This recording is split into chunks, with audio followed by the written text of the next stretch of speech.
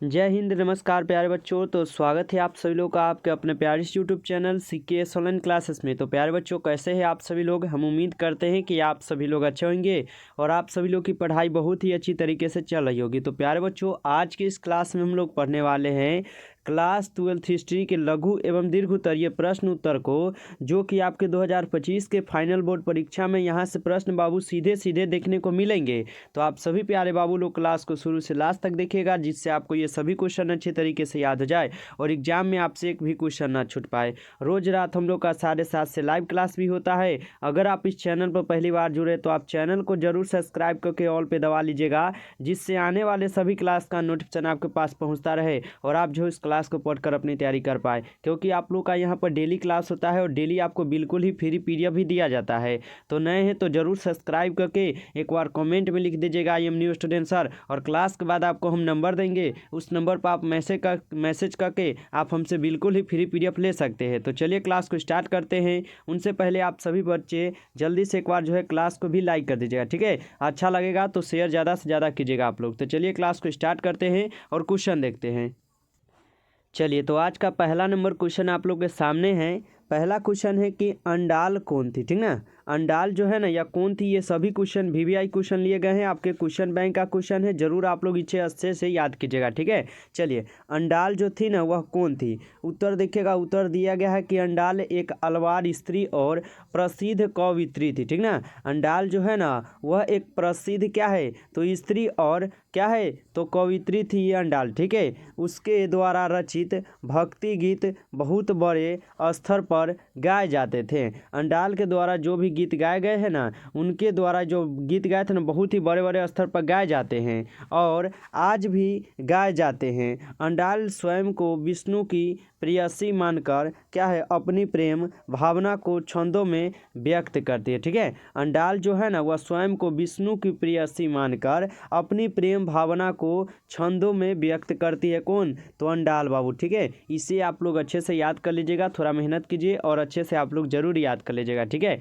चलिए आगे बढ़ते हैं और दूसरा नंबर क्वेश्चन आप लोग पढ़िएगा। 2 नंबर क्वेश्चन क्या है, खानकाह क्या है, ठीक है बाबू। खानकाह जो है ना यह क्या होता है, इसको आप लोग ध्यान से समझिएगा। उत्तर क्या है, उत्तर है खानकाह एक सार्वजनिक स्थल होता था, ठीक ना। जो खानकाह था ना वह एक सार्वजनिक स्थल होता था, एक जगह होता था, ठीक ना। यानी कोई जगह का नाम क्या था तो खानकाह, यानी खानकाह एक सार्वजनिक स्थल होता था जहाँ सूफी संत धर्म प्रचारक अपना गुजर बसर करते थे। जहाँ पे क्या है तो सूफी संत, जो संत उनते देखते हुएगा वे लोग, और जो धर्म प्रचारक यानी जो धर्म के विरोध हो, धर्म के बारे में या कोई भी प्रचार के मतलब लेकर वो अपना प्रचार करते थे ना, तो वहाँ पर जाकर रुकते थे और अपना गुजर करते थे, ठीक है। इसका मालिक शेख पीर या मुर्शिद होते थे। इसका मालिक कौन होते थे तो शेख क्या है तो शेख मुर्शिद होते थे। संतों के अनुयायियों को मुरीद कहा जाता था। संतों के जो अनुयायी होते थे ना उनको बाबू मुरीद कहा जाता था। आप लोग इससे भी अच्छे से याद कर लीजिएगा, ठीक ना। चलिए अगला क्वेश्चन देखिएगा आप लोग। 3 नंबर क्वेश्चन आपके सामने आ चुका है। 3 नंबर क्वेश्चन है सूफीवाद से आप क्या समझते प्यारे लोग, ठीक है। सूफीवाद से ना आप लोग क्या समझते हैं, इसको आप लोग ध्यान से समझिएगा। उत्तर है सूफी शब्द मुस्लिम के लिए प्रयोग किया जाता था, ठीक है। सूफी शब्द जो है ना उस समय मुस्लिमों के लिए ये प्रयोग किए जाते थे। इस शब्द की उत्पत्ति अरब भाषा के सफ़ा शब्द से हुई है। इस शब्द की उत्पत्ति क्या है बाबू तो अरबी भाषा के ना सफ़ा शब्द से हुई है बाबू। ये किसका सूफीवाद का प्रयोग, ठीक है। जिसका अर्थ होता है पवित्र, जिसका अर्थ क्या होता है तो पवित्र होता है। जो लोग काफ़ी होते हैं ना वे ईश्वर के इतने बड़े भक्त होते हैं कि उनसे कभी कोई गलती ही ना हुई हो और अल्लाह की इबादत में ही लीन रहते हैं।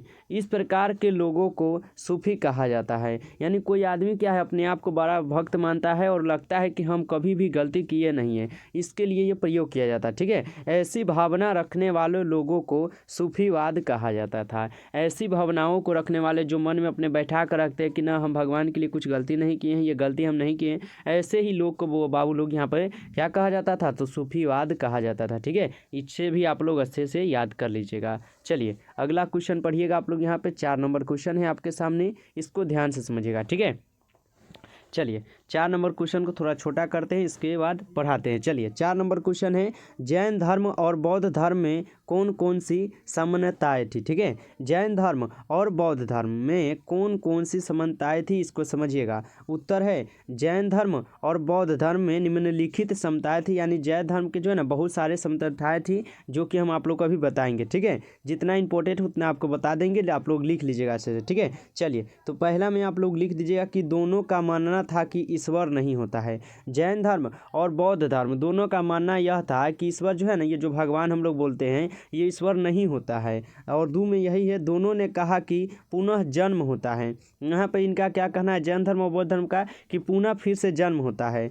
दोनों ने हिंसा पर बल दिया है। दोनों ने क्या किया है तो बाबू, हिंसा पर बल दिए हुए हैं। और आगे कहा जाता है आपको क्या, तो आगे कहा जाता है कि दोनों ने कहा है कि जीवों की हत्या करना पाप है बाबू। क्या है, जैन धर्म और बौद्ध धर्म के अनुसार कहना है कि जो जीव जंतु का हम लोग हत्या कर देते हैं या कोई भी कर देता है, वो सबसे बड़का पाप है बाबू। ठीक है, और वहीं पे 5 में है आप लोगों का क्या, दोनों धर्मों ने कहा कि संसार दुखों से भरा है। जैन धर्म का मानना है और बौद्ध धर्म का मानना है ना कि संसार जो है ना बहुत ही दुखों से भरा हुआ है। ठीक है, तो याद रखिएगा, जब भी आपको कहे जैन धर्म और बौद्ध धर्म में कौन कौन सी समानताएं थी प्यारे बाबू आप लोग इतना जरूर याद कर लीजिएगा जितने हम आपको पढ़ाए हैं। ठीक है, चलिए अगला क्वेश्चन आप लोग इसको समझिएगा, 5 नंबर क्वेश्चन को।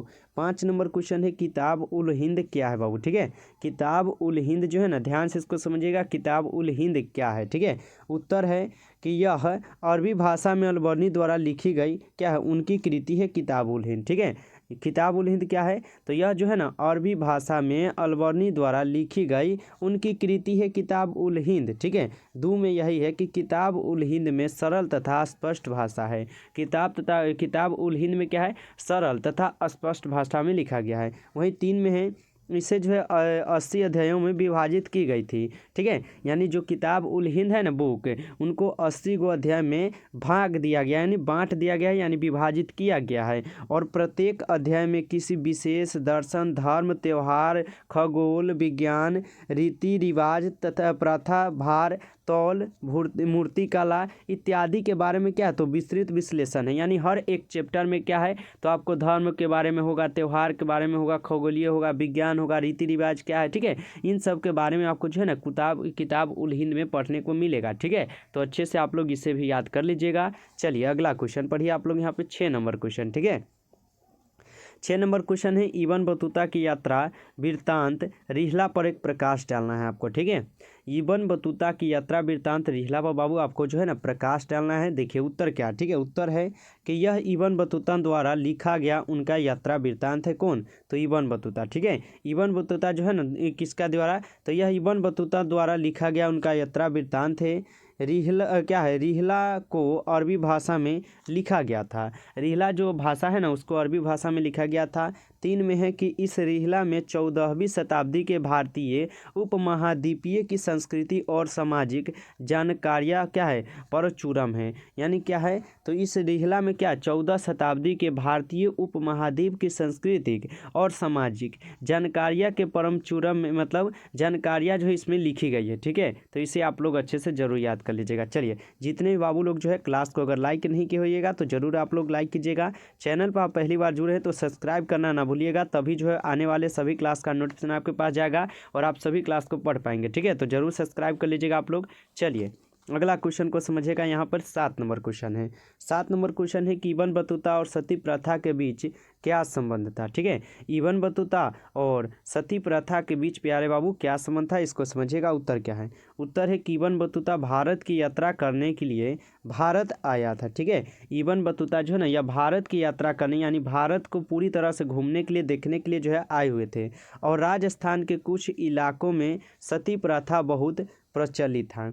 राजस्थान के जो कुछ इलाके थे ना वहाँ पर सती प्रथा जो है बहुत ही प्रचलित था, यानी बहुत ज़्यादा था। ठीक है, जब वहाँ पर इबन बतूता एक औरत को सती होते हुए देखा तो वह बेहोश हो गया। कौन, इबन बतूता। इबन बतूता ने देखा कि एक औरत को जो है सती बना दिया गया है तो वह बेहोश वहीं पर देखकर हो गए बाबू। ठीक है, उनको कुछ समझ ही नहीं आ रहा था कि यह क्या हो रहा है। इबन बतूता की यह समझ नहीं आ रहा था कि यहाँ पर हो क्या रहा है। ठीक है, लेकिन जब उन्होंने लोगों से पूछा तो उनको उनको मालूम चला कि पति के मरने के बाद क्या यह औरत को भी सती बनाया जा रहा है। यानी उन जब वो इवन बतौर जो है ना लोगों को से पता किए कि हाँ यह हो क्या रहा है, ठीक है। तो लोगों ने बताया कि यह जो है ना उनके पति मर गए हैं और पति मरने के बाद उनको जो है ना यहाँ पर क्या सती बनाया जा रहा है, ठीक है।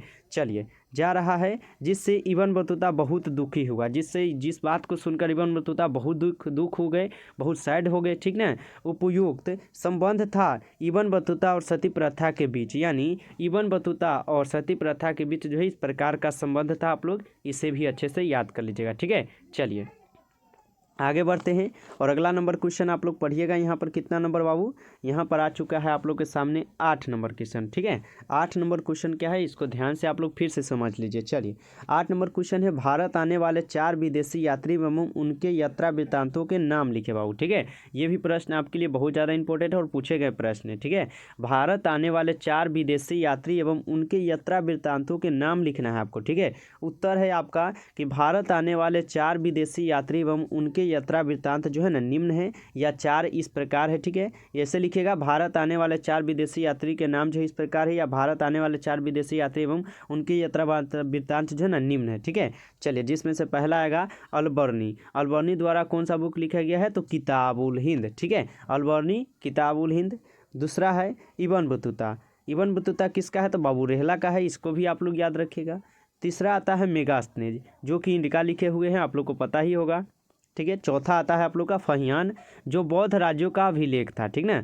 फहियान जो था ना यह बौद्ध राज्यों का बहुत बड़ा अभिलेख थे, इसको आप लोग अच्छे से बाबू याद रखिएगा। ये क्या है, तो भारत आने वाले 4 विदेशी यात्री के नाम हैं और उनके यात्रा वृत्तांतों के बाबू ये नाम दिए गए हैं, जिसको आप लोग को अच्छे से याद करना है, ठीक ना। चलिए अगला क्वेश्चन आप लोग ध्यान से पढ़िएगा। यहाँ पर 9 नंबर क्वेश्चन आपके सामने आ चुका है। 9 नंबर क्वेश्चन क्या है, इसको समझिएगा। सगुण और निर्गुण भक्ति में क्या अंतर होता है, सगुण, ठीक है, सगुण और निर्गुण भक्ति में क्या अंतर होता है, इसको आप लोग ध्यान से समझिएगा, ठीक है। उत्तर है सगुण और निर्गुण भक्ति में निम्नलिखित अंतर होते हैं, ठीक है। सगुण और निर्गुण में बहुत सारे अंतर होते हैं, बहुत मार दिए तो बहुत ज़्यादा अंतर होता है, ठीक है। समझिएगा, उत्तर है सगुण भक्ति, इनमें लोग ईश्वर की पूजा करते हैं, उसकी कोई क्या है शक्ल हो, यानी ईश्वर को अवतार मानकर उसकी उपासना करना, मतलब वो मूर्ति के रूप में हो, ठीक ना। यानी क्या है सगुण में, सगुण में क्या है बाबू समझिएगा, तो सगुण में क्या है, इसमें लोग जो है ना ईश्वर की पूजा करते हैं, ठीक है। ईश्वर की पूजा करते हैं और उनकी कोई शक्ल को या यानी ईश्वर को अवतार मानकर उनकी उपासना भी करते हैं। यानी आप लोग भी देखते होइएगा कि मान लीजिए कि अभी क्या है, ये क्या बोलते हैं, ये जो आता है ना छठ उठ आता है, जिसको हम लोग छठी मैया बोलते हैं, और उसको क्या हम लोग मान कर ना पूजा करते हैं भाई, और उनसे डरते भी है, ठीक ना। यानी उनको मूर्ति पूजा के रूप में मानकर पूजा करते हैं, और ये 3 भगवान को देख सकते हैं। यानी ये क्या है, तो 3 भगवान को ये दे सकते हैं, जिसमें से आपका आता है निर्गुण भक्ति द्वितीय वर्ग। इसमें लोग जिस ईश्वर की पूजा करते हैं ना, उनकी कोई क्या है, तो उनकी बाबू कोई रूप नहीं है, यानी ईश्वर की कोई रूप नहीं होते। यानी ईश्वर का कहना है कि मतलब लोगों का कहना है कि ईश्वर का कोई भी रूप नहीं होता है, और उसके क्या है, और उसके ये लोग देख नहीं सकते। यानी ईश्वर को क्या है, कोई लोग जो है देख नहीं सकता है और उनका कोई रूप नहीं होता है, ये हम लोग जानते हैं, ठीक है।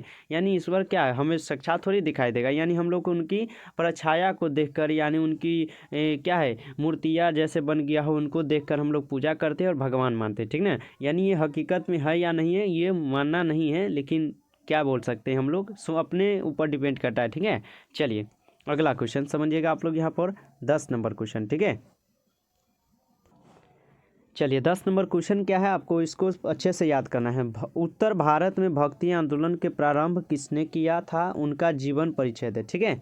उत्तर भारत में भक्ति आंदोलन का परिचय जो है, प्रारंभ जो है किसने किया था, और उनका जो है आपको जीवन परिचय देना है, इसको समझिएगा। उत्तर को उत्तर दिया गया है कि रामानंद भक्ति आंदोलन को दक्षिण भारत से उत्तर भारत में ले आए, ठीक है।